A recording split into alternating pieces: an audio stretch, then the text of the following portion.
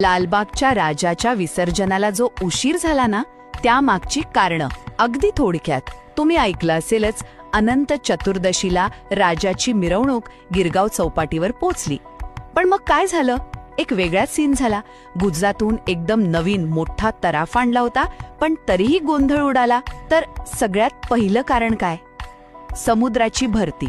हो, मूर्ती पोचायला उशीर झाला ना, त्यामुळे ओहोटीची म्हणजे पाणी कमी होण्याची वेळ निघून गेली होती. मग तो नवीन मोठा तराफाच समुद्रात हेलकावे खाऊ लागला.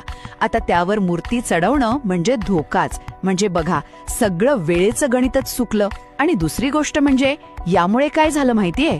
राजाची मूर्ती तब्बल 7 तास कमरेएवढ्या पाण्यात होती. विचार करा, कार्यकर्ते बिचारे प्रयत्न करत होते, पण पाण्यात राहून मूर्ती इतकी जड झाली की हायड्रॉलिकने पण उचली जायना. मग गणेश गल्लीवाले, आपले कोळी बांधव सगळे मदतीला आले. अगदी जुन्या तराफ्याचा पण विचार झाला. आणि मग तिसरा मुद्दा म्हणजे वाद. साहजिकच आहे, स्थानिक कोळी बांधव, खास करून हिराराळ वाडकर मंडळावर चांगलेच भडकले. ते म्हणाले, आम्ही वर्षानुवर्ष विसर्जन करतो, आम्हाला विचारायचं नाही, भरती ओटी बघायची नाही, थेट गुजरातचा तराफा.